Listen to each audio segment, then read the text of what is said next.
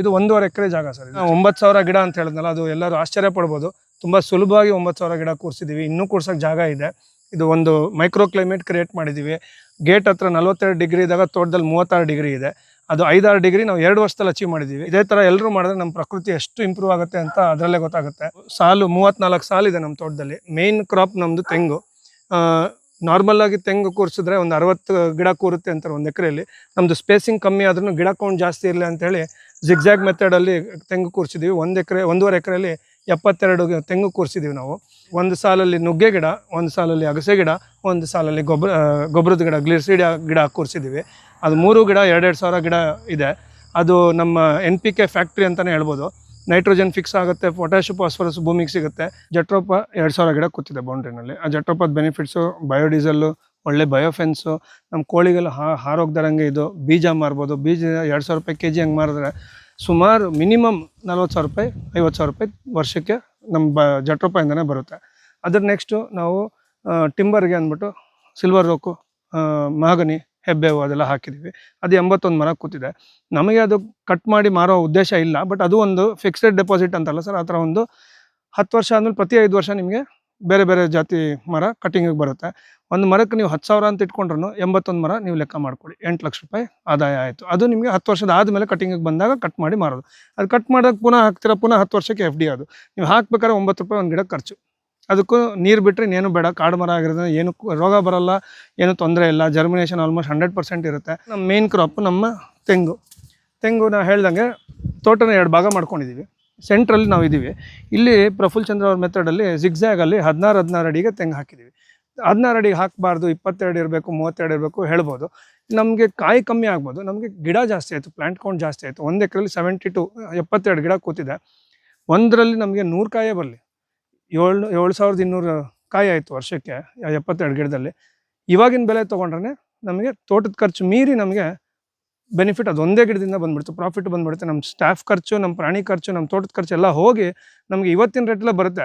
ನಮಗೆ ಈಗ 2 ವರ್ಷ ಆಗಿದೆ, ಇನ್ನು 3-4 ವರ್ಷಕ್ಕೆ ಕಾಯಿ ಶುರು ಆಗ್ಬೋದು. ಅದು ಬಿಟ್ಟು ಸರ್, ಈಗ ಸಾಲಿಂದ ಸಾಲಿಗೆ ನಮ್ಮದು 7.5 ಅಡಿ ಇದೆ, ಗಿಡದಿಂದ ಗಿಡಕ್ಕೆ 7 ಅಡಿ ಇದೆ. ನಮ್ಮದು ವೆರಿ ಸಿಂಪಲ್ ಲೇಔಟು. ತೆಂಗು ಬಿಟ್ಟು ತೆಂಗು ಜಿಗ್ಜ್ಯಾಗ್ ಸೆಂಟ್ರಲ್ಲಿ, ಆಮೇಲೆ 2 ಬಾಕ್ಸ್ ಆದಂಗೆ ಸೆಂಟ್ರಲ್ಲೆಲ್ಲೂ ತೆಂಗಿಲ್ಲ. ಸೊ ಒಂದು ಗಿಡದಿಂದ ಇನ್ನೊಂದು ಗಿಡಕ್ಕೆ 7 ಅಡಿ. ಈಗ ಇದು ಆಲ್ ಸ್ಪೈಸ್ ಗಿಡ, ಇದು ಕರ್ಬೇವು ಗಿಡ, ಅದು ಬಟರ್ ಫ್ರೂಟ್ ಗಿಡ, ಅದು ಚಕ್ರಮುನಿ ಗಿಡ, ಮೆಡಿಸಿನಲ್ ಪ್ಲ್ಯಾಂಟ್. ಸೊ ನೀವು ನೋಡಿದಂಗೆ ಇದು ಪ್ರತಿನಿತ್ಯ ತಿನ್ನೋಂಥ ಪದಾರ್ಥ ಕರ್ಬೇವು, ಅದು ಆಲ್ ಸ್ಪೈಸು ಪ್ರತಿನಿತ್ಯ ತಿನ್ನೋಂಥ ಪದಾರ್ಥ. ಮಾರಾಟ ಮಾಡೋಕ್ಕೆ ಒಳ್ಳೆ ಡಿಸ್ಟೆನ್ಸ್ ಟ್ರಾವೆಲ್ ಮಾಡಿ ಸೇಲ್ ಮಾಡೋಂಥದ್ದು ಬಟರ್ ಫ್ರೂಟು. ಇದು ಹಾಸ್ ವೆರೈಟಿ ಗಿಡ ಹಾಕಿದ್ದೀವಿ. ಇದು ಇನ್ನೂ ನಂಗೆ 4 ವರ್ಷ ಆದಮೇಲೆ ನನಗೆ ಕಾಯಿ ಬರ್ಬೋದು, ಬಟ್ ಒಳ್ಳೆ ಬೆಲೆ ಸಿಗುತ್ತೆ. ಇದು ಮೆಡಿಸಿನಲ್ ಪ್ಲ್ಯಾಂಟ್. ಇದು ನಾವು ಮಾರಲ್ಲ, ಯಾರಿಗೂ ಕೊಡಲ್ಲ. ನಾವು ಓಡಾಡ್ತಾ ಒಂದೊಂದೆಲೆ ತಿಂತಾ ಇರ್ತೀವಿ. ಮೆಡಿಸಿನಲ್ ವ್ಯಾಲ್ಯೂಗೋಸ್ಕರ ನಾವು ಹಾಕ್ಕೊಂಡಿದ್ದೀವಿ. ಈ ಥರ 72 ವೆರೈಟೀಸ್ ಗಿಡ ಫುಲ್ ತೋಟದಲ್ಲಿ ಕೂರಿಸಿದ್ದೀವಿ. ಪ್ರತಿಯೊಂದು ಥರ ಹಣ್ಣು ಇದೆ ಇಲ್ಲಿ. ಈ ಪ್ರದೇಶದಲ್ಲಿ ಬೆಳೆಯುವಂಥದ್ದು ಪ್ರತಿಯೊಂದು ಇದೆ. ಯಾವುದು ಈಗ ಯಾವ್ದಾರ ಫೇಲ್ಯೂರ್ ಆದರೆ ಗಿಡ ರೀಪ್ಲೇಸ್ ಮಾಡ್ಬೇಕಾದ್ರೆ ನಾವು ಹೊಸದು ಹುಡುಕಿ ತರ್ತಾ ಇದ್ದೀವಿ. ಈಗ ಪಿಂಕ್ ಬನಾನಾ ಅಂತ ಮೊನ್ನೆ ಕಂಡುಹಿಡಿದೆ, ಮೊನ್ನೆ ಗೊತ್ತಾಯ್ತು ನನಗೆ, ಸುಮಾರು ಜನ ಗೊತ್ತಿರ್ಬೋದು. ಅದು ತರ್ಸಿ ಹಾಕೋಣ ಅಂತಿದ್ದೀವಿ. ಮತ್ತು ಇಂಡೋನೇಷ್ಯಾದು ಗ್ಯಾಕ್ ಫ್ರೂಟ್ ಅಂತ ಒಂದು ಹೇಳಿದ್ರು, ಅದನ್ನು ತಂದು ಹಾಕೋಣ ಅಂತಿದ್ವಿ. ಉದ್ದೇಶ ಏನು, ನಮ್ಮ ಮುಂದೆ ಪ್ಲ್ಯಾನ್ಸು ನಾನು ಮುಂದೆ ಹೇಳ್ತೀನಿ. ಬಟ್ ನೋಡದೇ ಇರೋ ಹಣ್ಣು ಪದಾರ್ಥ ನಮಗೆ ತಿನ್ನೋಕ್ಕೆ ಸಿಗುತ್ತೆ, ಇನ್ನೊಬ್ಬರು ನಮ್ಮ ತೋಟ ನೋಡೋಕೆ ಬಂದಾಗ ನೋಡೋಕ್ಕೆ ಸಿಗುತ್ತೆ. ಸರ್, ಈಗ ಜನಕ್ಕೆ ಅಟೆನ್ಷನ್ ಸ್ಪ್ಯಾನ್ ಅನ್ನೋದು ತುಂಬ ಕಮ್ಮಿ ಆಗಿದೆ ಸರ್. ಯೂಟ್ಯೂಬಲ್ಲಿ 1 ಅವರ್ ವೀಡಿಯೋ ನೋಡೋರು ತುಂಬ ಕಮ್ಮಿ, ಪೇಷನ್ಸ್ ಇಲ್ಲ. ಇನ್ಸ್ಟಾಗ್ರಾಮಲ್ಲಿ ರೀಲ್ಸ್ ನೋಡಬೇಕು. ಆ ರೀಲ್ಸ್ 30 ಸೆಕೆಂಡ್ ರೀಲ್ ನಾನು 3 ಸೆಕೆಂಡ್ ನೋಡಿ ಅವ್ರು ಡಿಸೈಡ್ ಮಾಡಿಬಿಡ್ತಾರೆ ಇಷ್ಟ ಇದೆಯಾ ಇಲ್ವಾ ಅಂತ. ಅಂಥ ಕಾಲದಲ್ಲಿ ತೋಟಕ್ಕೆ ಬಂದು 3 ಅವರ್ ತೋಟದಲ್ಲಿ ಓಡಾಡಿ ಅಂದರೆ ಇಂಟ್ರೆಸ್ಟ್ ಕಮ್ಮಿ. ಬಟ್ ನಮ್ಮ ತೋಟದಲ್ಲಿ ಎಲ್ಲೂ ಬೇರೆ ಕಡೆ ಇಲ್ದಿರೋ ಹಣ್ಣಿದೆ ಬಾಪ ಅಂತಂದರೆ ಕಾರ್ ತೊಗೊಂಡು ಫಸ್ಟ್ ಬರ್ತಾರೆ. ಸೊ ಅದು ಉದ್ದೇಶ ನಮ್ಮದು. ನಮ್ಮ ಚಿಕ್ಕ ತೋಟ ಇರೋದ್ರಿಂದ ಪ್ಲ್ಯಾನಿಂಗ್ ಮಾಡಿ ಎಲ್ಲ ವೆರೈಟಿ ಹಣ್ಣಿನ ಗಿಡ ಹಾಕೋಣ. ಎಲ್ಲೂ ಇಲ್ಲ, ನಾರ್ಮಲ್ ನಾವು ದಿನನಿತ್ಯ ತಿನ್ನೋಂಥ ಗಿಡಗಳು ಹಾಕೋಣ, ಬಟ್ ಬೇರೆನೂ ಹಾಕೋಣ ಅಂತೇಳಿ ಉದ್ದೇಶ ಇದೆ ಸರ್. ಇವತ್ತು ಪ್ರೆಸೆಂಟಿಗೆ ನಮಗೆ ಇನ್ಕಮ್ ಬರಬೇಕು. ಇವಾಗ ಇನ್ಕಮ್ ಹೇಗೆ ಮಾಡ್ತಾಯಿದ್ವಿ, 4-5 ವಿಧಾನ ನಾನು ನಿಮ್ಗೆ ಹೇಳ್ತೀನಿ. ಒಂದು ಬಾಳೆ. ಆಮೇಲೆ ಸುಮಾರಷ್ಟು ಜನ ಹೇಳ್ತಾರೆ ಬಾಳೆಗೆ ಇದು ಕೊಡಬೇಕು, ಅದು ಕೊಡಬೇಕು, ಕೊಟ್ಟಿಲ್ಲ ಅಂದರೆ ಗೊನೆ ಚಿಕ್ಕದು ಬರುತ್ತೆ. ನಾವೆಲ್ಲ ಗುಂಪು ಬಾಳೆನೇ ಬಿಟ್ಟಿರೋದು ಸರ್. ಪ್ರತಿಯೊಂದು ಗೊನೆ 10ರಿಂದ 11 kg ಬರುತ್ತೆ. 13 kgವರೆಗೂ ನಾವು ತೆಗೆದಿದ್ದೀವಿ. 0 ಇನ್ಪುಟ್, 0 ಅಡಿಷ್ನಲ್ ಎಫರ್ಟ್. ಬಾಳೆ, ಏಲಕ್ಕಿ ಬಾಳೆ ಬರ್ತಾಯಿದೆ ನಮಗೆ. ಏಲಕ್ಕಿ ಬಾಳೆ ನಾವು 120-130 ರೂಪಾಯಿ kgವರೆಗೂ ನಾವು ಸೇಲ್ ಮಾಡಿದ್ದೀವಿ. ಸುಲಭವಾಗಿ ಸೇಲ್ ಆಗ್ತಾಯಿದೆ. ನಮ್ಮ ರುಚಿ ಒಂದು ಪ್ಲಸ್ ಆರ್ಗ್ಯಾನಿಕ್ ಅಂದ್ಬಿಟ್ಟು. ಎರಡನೇದು ಬಂದು ಪಪ್ಪಾಯ ಸರ್. ನಮ್ಮದು 90 ಗಿಡ ಪಪ್ಪಾಯ ಕೂತಿದೆ, 89 ಗಿಡ ಪಪ್ಪಾಯ ಕೂತಿದೆ. ಸುಮಾರಷ್ಟು ಈಳ್ ತೆಗೆದಿದ್ದೀವಿ. ಬಿಗ್ಗೆಸ್ಟ್ ನಮ್ಮದು ನಾಟಿ ಪಪ್ಪಾಯ 6 kgವರೆಗೂ ತೆಗೆದಿದ್ದೀವಿ. ಸುಲಭವಾಗಿ 3 kg, ಪ್ರತಿಯೊಂದು ಹಣ್ಣು 3 kg ಚಿಕ್ಕದು ಸಿಗೋದು ಕಮ್ಮಿ, ಒಳ್ಳೆ ರುಚಿ, ಒಳ್ಳೆ ಆಹಾರ. ನಮ್ಮದು 70 ರೂಪಾಯಿ ಕೆಜಿ ಸದ್ಯದಲ್ಲಿ ಮಾರ್ತಾಯಿದ್ವಿ. ಸ್ಟಾರ್ಟಿಂಗಲ್ಲಿ ಹಣ್ಣು ಕಮ್ಮಿ ಇದ್ದಾಗ, ಬೇಡಿಕೆ ಜಾಸ್ತಿ ಇದ್ದಾಗ 100 ರೂಪಾಯಿ ಕೆಜಿ ಮಾರ್ತಿದ್ವಿ.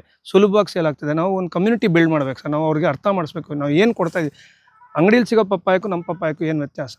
ನಾನೊಂದು ಎಲ್ರಿಗೂ ಹೇಳ್ತೀನಿ ಸರ್, ಸುಲಭ ಸಿಂಪಲ್. ನೀವು ಒಂದು ಅಂಗಡಿಗೆ ಹೋಗಿ, ತರಕಾರಿ ಅಂಗಡಿಗೆ ಹೋಗಿ ಪಪ್ಪಾಯ ನೋಡಿ, ಎಲ್ಲ ಹಣ್ಣು ಒಂದೇ ಥರ ಇರುತ್ತೆ. ಒಂದೇ ಥರ ಅಂದರೆ ಯಾವುದು ಫುಲ್ ಹಣ್ಣಾಗಿರಲ್ಲ, ಯಾವುದು ಫುಲ್ ಕಾಯಾಗಿರಲ್ಲ. ಅದು ಹಿಂಗೆ ಯಾವ ತೋಟದಲ್ಲೂ ಆ ಥರ ಇರೋಲ್ಲ ಸರ್. ಒಂದು ಗಿಡದಲ್ಲಿ ಎಲ್ಲ ಹಣ್ಣು ಒಂದೇ ಸತಿ ಹಣ್ಣಾಗಲ್ಲ. ಅದು ಹೆಂಗಿರುತ್ತೆ ಅಂತ. ಯಾಕೆ ಹಂಗಿರುತ್ತೆ? ಅವರು ಆರ್ಟಿಫಿಷಿಯಲಾಗಿ ರೈಪನ್ ಮಾಡಿರ್ತಾರೆ, ಬೇಗ ಹಾರ್ವೆಸ್ಟ್ ಮಾಡಿ ಆರ್ಟಿಫಿಷಿಯಲಾಗಿ ರೈಪನ್ ಮಾಡಿರ್ತಾರೆ. ಅಷ್ಟು ಟೇಸ್ಟ್ ಇರೋಲ್ಲ, ಕೆಮಿಕಲ್ ರೆಸಿಡ್ಯೂ ನಿಮಗೆ ಸೇವಿಸ್ತಾ ಇದ್ದೀರಾ ನೀವು. ಬಟ್ ನಮ್ಮದ್ರಲ್ಲಿ ನೋಡೋಕ್ಕೆ ನಮ್ಮದು ಹಣ್ಣು ಬೇರೆ ಥರ ಕಾಣಿಸ್ಬೋದು, ದೊಡ್ಡದಾಗಿರ್ಬೋದು, ಇನ್ನು ಮತ್ತೊಂದಿರ್ಬೋದು, ಬಟ್ ರುಚಿ and clean food. So 70 rupees per KG ಹಂಗೆ ಪಪ್ಪಾಯ. ಕಾರಲ್ಲಿ ತುಂಬ ಅಷ್ಟು ತೊಗೊಂಡೋಗ್ತೀನಿ. ಕೆಲವು ಸತಿ ನಮಗೂ ಇಲ್ದಂಗೆ ಪಪ್ಪಾಯ ಸೇಲ್ ಆಗಿಬಿಡುತ್ತೆ. ನಮ್ಮ ಮನೆಗೆ ಒಂದು ಹಣ್ಣು ಮಿಗ್ದೇನೆ ಕೇಳಿದ್ರಲ್ಲ, ಅವ್ರಿಗೆ ಬೇಡ ಅನ್ನೋದು ಬೇಡ ಅಂತ ನಾವು ಕೊಡೋಂಗೆ ಆಗುತ್ತೆ. ಬಟ್ ಸೇಲ್ ಮಾಡೋಕ್ಕೆ ನಮ್ಗೇನು ತೊಂದರೆ ಆಗಿಲ್ಲ. ಈಗ ಆ್ಯಕ್ಚುಲಿ ನಮ್ಮದು ಸ್ವಲ್ಪ ಸಣ್ಣ ಆಗ್ತಾಯಿದೆ, 2.5 ವರ್ಷ ಆಗ್ತಾ ಬಂತು ಗಿಡಗಳು. ಸೊ ಸಣ್ಣ ಆಗ್ತಾಯಿದೆ. ಸ್ಟಾರ್ಟಿಂಗಲ್ಲಿ ಇನ್ನೂ ದೊಡ್ಡದಿತ್ತು. ಗಿಡ ಬಿದ್ದೋಗುತ್ತಾ ಅನ್ನೋದು ನಮಗೆ ಭಯ ಆಗ್ತಾಯಿತ್ತು, ಅಷ್ಟು ದೊಡ್ಡ ಕಾಯಿ ಬರ್ತಾಯಿತ್ತು. ಈಗ 3 ವರ್ಷ ಆದಮೇಲೆ ಮತ್ತೆ ರೀಪ್ಲಾಂಟ್ ಮಾಡ್ತೀವಿ, ಮತ್ತು ಇನ್ನೊಂದು ಬ್ಯಾಚು ಸ್ಟಾರ್ಟ್ ಆಗುತ್ತೆ ನಮಗೆ. ಅದಲ್ಲದೆ ಅಗಸೆ ಸೊಪ್ಪಿನ ಪುಡಿ, ನುಗ್ಗೆ ಸೊಪ್ಪಿನ ಪುಡಿ ಸರ್. ನಾವು ಮನೇಲಿ ಪ್ರತಿನಿತ್ಯ, ನಾನು ನಮ್ಮ ವೈಫು ಅಗಸೆ ಟೀ ಕುಡಿದೆ ದಿನ ಸ್ಟಾರ್ಟ್ ಆಗೋಲ್ಲ ನಮ್ಮದು. ಪ್ರತಿದಿನ ಅಗಸೆ ಟೀ ಕುಡಿತೀವಿ, ಬರೀ ಹೊಟ್ಟೆಲಿ ಅಗಸೆ ಟೀ ಕುಡಿತೀವಿ. ನನಗೆ ಸುಮಾರಷ್ಟು ಗಟ್ಟಿ ಇಶ್ಯೂಸ್ ಇತ್ತು, ಅದು ಸ್ವಲ್ಪ ಹೆರಿಡಿಟ್ರಿ ಕೂಡ. ನಮ್ಮ ತಂದೆಗೂ ಇದೆ, ನನ್ನ ತಮ್ಮಂಗೂ ಇದೆ. ಸೊ ನನಗೆ ಸಿಗ್ನಿಫಿಕೆಂಟ್ ಇಂಪ್ರೂವ್ಮೆಂಟ್ ಕಾಣಿಸ್ತಾ ಇದೆ. ನನ್ನ ಕಸಿನ್ ಒಬ್ಬ ಅಗಸೆ ಟೀ ಇಲ್ಲದೆ ಅವನು ಡೇ ಸ್ಟಾರ್ಟ್ ಮಾಡಲ್ಲ. ಅವನು ಕೂಡ ನಾವು ತೋಟ ನೋಡಿದ್ಮೇಲೆ ಅವನು ಶುರು ಮಾಡಿದ್ದು. ಅವನಿಗೆ ಆ್ಯಸಿಡ್ ರಿಫ್ಲಕ್ಸ್ ಪ್ರಾಬ್ಲಮ್ ಇತ್ತು, ಅದು ಅವನಿಗೆ ಇವಾಗ 0. ಅವನೇ ಹೇಳ್ತಾನೆ, 3 ದಿವಸ ನಾನು ಅಗಸೆ ಟೀ ಮರೆತರೆ ಬೇರೆ ಊರಿಗೆ ಹೋಗಿ ಏನಾದರೂ ಕುಡಿಲಿಲ್ಲ ಅಂದರೆ ಆ್ಯಸಿಡ್ ರಿಫ್ಲಕ್ಸ್ ಸ್ಟಾರ್ಟ್ ಆಗ್ತಾ ಇದೆ. ಇನ್ನೊಂದು ವರ್ಷ 2 ವರ್ಷ ಅವ್ನು ಕುಡಿತಾ ಹೋದರೆ ಅವನು ಅಗಸೆ ಟೀ ಬಿಟ್ಟರು ಆ್ಯಸಿಡ್ ರಿಫ್ಲಕ್ಸ್ ಸಾಲ್ವ್ ಆಗುತ್ತೆ. ನುಗ್ಗೆ ವರ್ಷಕ್ಕೊಂದ್ಸತಿ ಪ್ರೂನ್ ಮಾಡಿ ಕೆಳಗೆ ಹಾಕ್ತೀವಿ. ಸೊಪ್ಪು ಸಿಗುತ್ತೆ, ಸೊಪ್ಪಿಂದ ಪುಡಿ ಮಾಡಿ ಮಾರ್ತಾಯಿದ್ದೀವಿ, ಕಾಯಿ ಮಾರ್ತಾಯಿದ್ದೀವಿ, ಬೀಜ ಮಾರ್ತಾಯಿದ್ದೀವಿ. ನಮ್ಮ ಪ್ರಾಣಿಗಳಿಗೆ ಸೊಪ್ಪು ತಿನ್ನಿಸ್ತಾ ಇದ್ದೀವಿ. ಭೂಮಿಗೆ ಸೊಪ್ಪು, ಕಡ್ಡಿ ಕಸ ಮಲ್ಚಿಂಗ್ ಆಗ್ತಾಯಿದೆ. ಗ್ಲಿಸಿಡಿಯಾ ವರ್ಷಕ್ಕೊಂದ್ಸತಿ ಕಟ್ ಮಾಡಿ ಭೂಮಿಗೆ ಸೇರಿಸ್ತಾ ಇದ್ದೀವಿ, ಗೊಬ್ಬರದ ಗುಂಡಿಗೆ ಹಾಕ್ತಾಯಿದ್ದೀವಿ, ಮಲ್ಚಿಂಗ್ ಮಾಡ್ತಾಯಿದ್ದೀವಿ. ಆಮೇಲೆ ತೋಟ ಮಾಡಿದಾಗ ಸರ್ ಫಸ್ಟು ಎಲ್ಲರೂ ಮೈಂಡಲ್ಲಿ ಇರೋದು 2 ವಿಷಯ. ಒಂದು, ನಮ್ಮ ತೋಟದ ಹಣ್ಣು ಫಸ್ಟ್ ನಾನು ಯಾವತ್ತು ತಿಂತೀನಿ, ನಮ್ಮ ತೋಟದ ಫಸ್ಟು ಆದಾಯ ಯಾವಾಗ ನೋಡ್ತೀನಿ ಅಂತ. ಸೊ ನಮಗೆ ಮೊದಲನೇ ವರ್ಷದಿಂದನೇ ಆದಾಯ ಶುರು ಆಯಿತು. ಈಗ ಆದಾಯ ಬೆಳೀತಾ ಹೋಗ್ತಾ ಇದೆ. ನಮ್ಮ ದೇಸಿ ಹಸುವಿನ ಹಾಲು ತೊಗೊಂಡು ಮಾರ್ತಾ ಇದ್ವಿ, ನಾವು ಕುಡಿತಾ ಇದ್ವಿ. ಒಳ್ಳೆ ಬೆಣ್ಣೆ ತುಪ್ಪ ಮಾಡಿ ತೊಗೊಂಡು ತಿಂದಿದ್ದೀವಿ. ನಮ್ಮದು ಕೋಳಿ ಮೊಟ್ಟೆ ತಿಂತಾನೂ ಇದ್ದೀವಿ, ಸ್ವಲ್ಪ ಎಕ್ಸ್ಟ್ರಾ ಇದ್ದಾಗ ಮಾರಿದ್ದೀವಿ. ಈಗ ಇವತ್ತು ನೀವೇ ನೋಡ್ದಂಗೆ ಫಸ್ಟು ಜೇನು ತೆಗೆದಿದ್ದೀವಿ, 1.5-2 kg. 45 ದಿವಸದಲ್ಲಿ ನಾವು ಜೇನುತುಪ್ಪ ತೆಗೆಯೋ ಅವಕಾಶ ಸಿಕ್ತು ನಮಗೆ. ತರಕಾರಿ ನಮ್ಮ ಮನೆಗೆ ಬೆಳೆದಿರೋದರಲ್ಲದೆ ಎಕ್ಸ್ಟ್ರಾ ಮಿಕ್ಕಿರೋದನ್ನು ನಾವು ಆರ್ಗ್ಯಾನಿಕ್ ಪದಾರ್ಥ ಅಂದ್ಬಿಟ್ಟು ಖುಷಿಯಿಂದ, ಹೆಮ್ಮೆಯಿಂದ ಇನ್ನೊಬ್ಬರಿಗೆ ಸೇಲ್ ಮಾಡೋಕ್ಕೂ ಅವಕಾಶ ಸಿಗ್ತಾ ಇದೆ. ಮೇಯ್ನ್ 3 ಪ್ರಿನ್ಸಿಪಲ್ ಫಾಲೋ ಮಾಡ್ತಾ ಇದ್ದೀವಿ. ಇಲ್ಲಿ ಉಳುಮೆ ಮಾಡ್ತಾ ಇಲ್ಲ. ಟ್ರ್ಯಾಕ್ಟರ್ ಬಂದು ಆಗಲೇ ಸುಮಾರು 2 ವರ್ಷ ಮೇಲಾಗೋಯ್ತು. ಗಿಡ ಕೂರಿಸಿದ ಮೇಲಿನ ಟ್ರ್ಯಾಕ್ಟರ್ ಒಳಗೆ ಬಂದಿಲ್ಲ. ಆಮೇಲೆ ಬೆಂಕಿ ಹಚ್ಚಲ್ಲ. ಆಮೇಲೆ ನಾವು ರಾಸಾಯನಿಕ ಏನು ಬೆಳೆಸಲ್ಲ. 100% ಆರ್ಗ್ಯಾನಿಕ್ಕಾಗಿ ಮಾಡ್ತಾಯಿದ್ದೀವಿ. ಗೋ ಆಧಾರಿತ ಕೃಷಿ ಅಂತ ಹೇಳ್ಬೋದು. ನಮ್ಮ ಹಸು ಸಗಣಿ ಗಂಜಲಕ್ಕೆ ನಾವು ಮೇನ್ ಸಾಕ್ತಾ ಇರೋದು. ಹಾಲು ನೆಕ್ಸ್ಟ್ ಬೆನಿಫಿಟ್ಟು. ಸಗಣಿ ಗಂಜಲದಿಂದ ನಾವು ವರ್ಮಿ ಕಾಂಪೋಸ್ಟ್ ಮಾಡ್ತಾಯಿದ್ದೀವಿ. 12 ವರ್ಮಿ ಕಾಂಪೋಸ್ಟ್ ಬಾಕ್ಸ್ ಮಾಡಿಕೊಂಡು ಸುಮಾರಷ್ಟು ಸಕ್ಸಸ್ ಕಂಡಿದ್ದೀವಿ ಅದರಲ್ಲಿ. ಆ ವರ್ಮಿ ಕಾಂಪೋಸ್ಟ್ನ ನಾವು ತೋಟಕ್ಕೂ ವರ್ಷಕ್ಕೊಂದ್ಸತಿ ಕೊಡ್ತೀವಿ, ನಮ್ಮ ತರಕಾರಿ ಗಿಡಗಳಿಗೂ ಉಪಯೋಗಿಸ್ಕೊಳ್ತೀವಿ. ಮತ್ತು ಆಮೇಲೆ ಗಂಜಲನ ಸ್ಪ್ರೇ ಮಾಡ್ತೀವಿ. ನಾವು ಇನ್ನೂ ಬೇವಿನ ಎಣ್ಣೆ ಕೂಡ ಉಪಯೋಗಿಸಿಲ್ಲ, ಹುಳಿ ಮಜ್ಜಿಗೆ ಉಪಯೋಗಿಸಿಲ್ಲ. ಬರೀ ಗಂಜಲದಲ್ಲಿ ನಮ್ಮದು ಏನೇ ತೊಂದರೆ ಬಂದು ಸಾಲ್ವ್ ಮಾಡ್ಕೊತಾ ಇದ್ದೀವಿ, ಕಂಟ್ರೋಲ್ ತರ್ತಾಯಿದ್ದೀವಿ. ಅದು ಬಿಟ್ಟು 1-2-3 ತಿಂಗಳಿಗೊಮ್ಮೆ ನಾವು ಜೀವಾಮೃತ ಕೊಡ್ತೀವಿ, OWDC NWDC ಕೊಡ್ತೀವಿ. ಪಂಚಗವ್ಯ ಮಾಡಬೇಕು ಅಂತಿದ್ದೀವಿ. Fish amino acid, egg amino acid ಮಾಡಬೇಕು ಅಂತಿದ್ದೀವಿ. ಪಪ್ಪಾಯ ಪಕ್ಷಿ ತಿಂದು ಉದುರಿರೋ ಎಕ್ಸ್ಟ್ರಾ ಪಪ್ಪಾಯ ತೊಗೊಂಡು ಅದರಲ್ಲಿ ಫರ್ಮೆಂಟೆಡ್ ಫ್ರೂಟ್ ಜ್ಯೂಸ್ ಮಾಡಿ ನಾವು ಯೂಸ್ ಮಾಡಿದ್ದೀವಿ. ಸೊ ವರ್ಷಕ್ಕೆ ಒಂದು 12 ಥರ ಬೇರೆ ಬೇರೆ ಇನ್ಪುಟ್ ಕೊಡಬೇಕು ಅನ್ನೋ ಪ್ಲ್ಯಾನ್ ಮಾಡ್ಕೊಂಡಿದ್ದೀವಿ. ನಮ್ಮ ಸ್ಟಾಫು ನಮ್ಮ ತೋಟ ನಿರ್ಮಾಣ ಮಾಡೋಕ್ಕೆ ತುಂಬ ಚೆನ್ನಾಗಿ ಕೋಆಪ್ರೇಟ್ ಮಾಡಿ ನಮ್ಮ ಜೊತೆ ಕೆಲಸ ಮಾಡ್ತಾಯಿದ್ದಾರೆ. ಕೃಷಿ ಅಂದರೆ ಎಲ್ಲರೂ ಲೇಬರ್ ಪ್ರಾಬ್ಲಮ್ ಅಂತಾರೆ. ಆದರೆ ಅದು ಆ ಸ್ಟೇಟ್ಮೆಂಟೇ ನನ್ನ ಪ್ರಕಾರ ಒಂದು ಪ್ರಾಬ್ಲಮ್ಮು.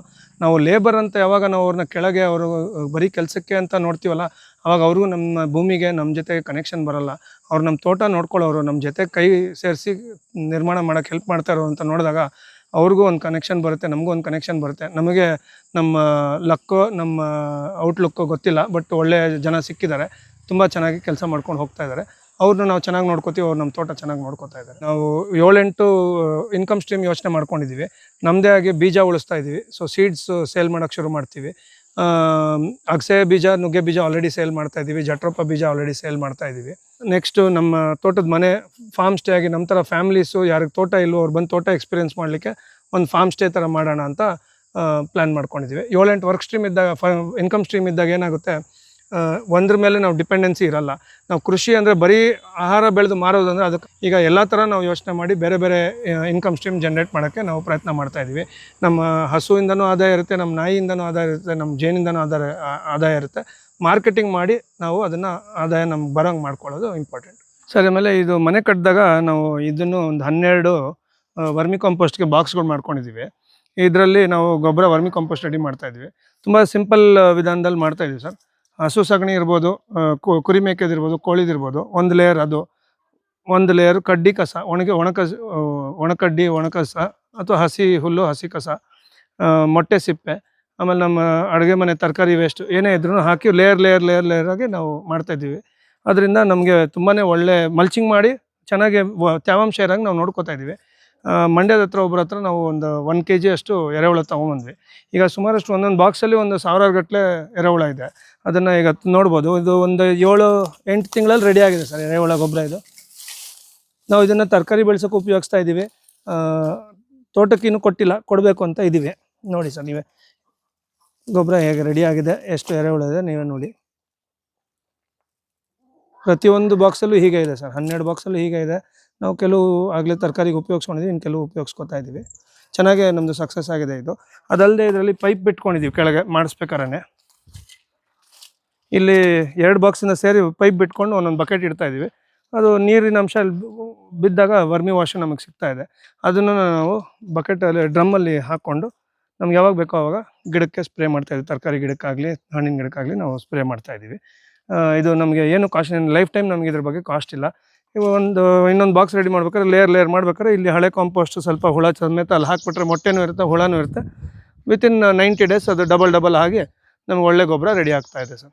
ಇದನ್ನು ಜನ ಕೇಳಿದ್ದಾರೆ, ನೀವು ಮಾರ್ತೀರಾ ಅಂತಲೂ ಕೇಳಿದ್ದಾರೆ. ನಾವು ಇನ್ನೂ ಮಾರಿಲ್ಲ, ಬಟ್ ಇದು ಒಂದು ಇನ್ಕಮ್ ಸೋರ್ಸ್ ಮಾಡ್ಕೋಬೋದು ಸರ್. ಇದು ತೋಟದಲ್ಲಿ ಯಾವುದನ್ನು ಜಾಗ ಇದ್ದಾಗ ಜಾಗದಲ್ಲಿ ಮಾಡ್ಕೊಂಡ್ರೆ, ಗಿಡ ಹಾಕಕ್ಕೆ ಆಗದೇ ಇರೋ ಜಾಗದಲ್ಲಿ ಮಾಡಿಕೊಂಡ್ರೆ ಇದನ್ನು ಒಂದು ಒಳ್ಳೆ ಇನ್ಕಮ್ ಸೋರ್ಸ್ ಆಗುತ್ತೆ ಸರ್. ಇದು ನಮ್ಮ ತೋಟದ ಮನೆ ಆನಂದ ಅಂತ ಹೆಸರಿಟ್ಟಿದ್ದೀವಿ. ಈಗ ಹೋದ ವರ್ಷ ನವಂಬರಲ್ಲಿ ನಾವು ಗೃಹಪ್ರವೇಶ ಮಾಡಿದ್ವಿ. ಈಗ ನಾವು ನಮ್ಮ ವೈಫ್ದು ಐಡಿಯಾಯಿಂದನೇ ನಾವು ಮನೆ ಕಟ್ಸ್ಕೊಂಡಿದ್ದೀವಿ. ಆದಷ್ಟು ಮಾಡ್ರನ್ನು ಟ್ರೆಡಿಷ್ನಲ್ಲು ಬ್ಲೆಂಡ್ ಮಾಡಿ ಕಟ್ಸಿದ್ದೀವಿ. ನಮ್ಗೆ ಅನುಕೂಲನೂ ಇರಬೇಕು, ಬಟ್ ಹಳೆ ಕಾಲದ್ದು ಮೆಥಡೂ ಇರಬೇಕು ಅಂತ ಅದನ್ನು ಮಾಡಿದ್ದೀವಿ. ಬಂದವರೆಲ್ಲ ತುಂಬ ಅಪ್ರಿಷಿಯೇಟ್ ಮಾಡ್ತಾರೆ, ತುಂಬ ಇಷ್ಟಪಡ್ತಾರೆ. ಇರೋ ಜಾಗ, ಈ ಬೆಟ್ಟದ ವ್ಯೂ, ನಮ್ಮ ತೋಟ ಮಧ್ಯದಲ್ಲಿ ನಮ್ಮ ಮನೆ, ಇದನ್ನು ತುಂಬ ಎಂಜಾಯ್ ಮಾಡ್ತಾಯಿದ್ದೀವಿ. ಈ ಥರ ಮಾಡ್ಬೋದು. ಯಾರೇ IT-liರೋರು ಜಮೀನು ತೊಗೊಂಡು ಒಂದು ತೋಟ ಮಾಡ್ಬೋರು, ಒಂದು ಮನೆ ಮಾಡ್ಕೋಬೋದು, ಇಲ್ಲಿ ಬಂದು ವೀಕೆಂಡ್ ಇರ್ಬೋದು ಅನ್ನೋದಕ್ಕೆ ನಾವು ಉದಾಹರಣೆಗೆ ನಾವು ತೋರಿಸ್ಕೊಡ್ತಾ ಇದ್ದೀವಿ ಸರ್. ಇದೊಂದು 5000 ಸ್ಕ್ವೇರ್ ಫೀಟ್ ಬರುತ್ತೆ. ಹೆಂಚು ಕೂರಿಸಿದ್ದೀವಿ, ತೊಟ್ಟಿ ಮನೆ ಟೈಪಲ್ಲಿ ಮಾಡಿದ್ದೀವಿ. ಎಲ್ಲ ಮಣ್ಣಿಟ್ಟಿಗೆ ಹೆಂಚು, ರೆಡ್ ಆಕ್ಸೈಡ್ ಫ್ಲೋರಿಂಗಲ್ಲಿ ಮಾಡಿದ್ದೀವಿ ನಾವು ಮನೇನ. ಇದು ಒಳಗೆ 2-3 ಬೆಡ್ರೂಮ್ ಇದೆ, ಹಾಲ್ ಇದೆ, ಅಡುಗೆ ಮನೆ ಇದೆ, ತೋಟ ನೋಡೋಕ್ಕೆ ಒಂದು ಜಾಗನೂ ಇದೆ, ಮಕ್ಕಳು ಆಟ ಆಡೋಕ್ಕೆ ಮಧ್ಯದಲ್ಲಿ ಗಾರ್ಡನ್ ಮಾಡ್ಕೊಂಡಿದ್ದೀವಿ. ಮನೆ ಒಳಗೂ 2 ತೆಂಗು ಕೂತಿದೆ. ನಾವು IT ಫೀಲ್ಡ್ ಅವರು ಬಂದು ಇದು ಮಾಡ್ತಾಯಿದ್ದೀವಿ ಅಂದರೆ ಯಾರು ಬೇಕಾದರೂ ಖಂಡಿತವಾಗ್ಲೂ ಮಾಡ್ಬೋದು ಅನ್ನೋದಕ್ಕೆ ಇದೊಂದು ಉದಾಹರಣೆ. ಇದಲ್ಲದೆ ಈಗ ನವಂಬರ್ ತಿಂಗಳಲ್ಲಿ ಮನೆ ಕಟ್ಟಿದ್ದೀವಿ. ನಾವು ವೀಕೆಂಡ್ ಆದರೆ, ಶುಕ್ರವಾರ ಸಂಜೆ ಆದರೆ ನಾವು ಇಲ್ಲಿ ಬರ್ತೀವಿ, ನಮ್ಮಿಬ್ಬರೇ ಮಕ್ಕಳು ಕರ್ಕೊಂಡು. ವೀಕೆಂಡ್ 2 ದಿನ ಇಲ್ಲಿ ಇದ್ದು ನಾವು ವೀಕ್ ಡೇ ಫುಲ್ ಸ್ಟ್ರೆಸ್ಸು ಮರೆತು ಖುಷಿಯಿಂದ ನಾವು ವೀಕೆಂಡ್ ರೀಚಾರ್ಜ್ ಆಗಿ ಒಳ್ಳೆ ಆಹಾರ ತೊಗೊಂಡು ಒಳ್ಳೆ ಪೀಸ್ಫುಲ್ ಟೈಮ್ ಮುಗಿಸಿ ವಾಪಸ್ ಮನೆಗೆ ಹೋಗ್ತೀವಿ.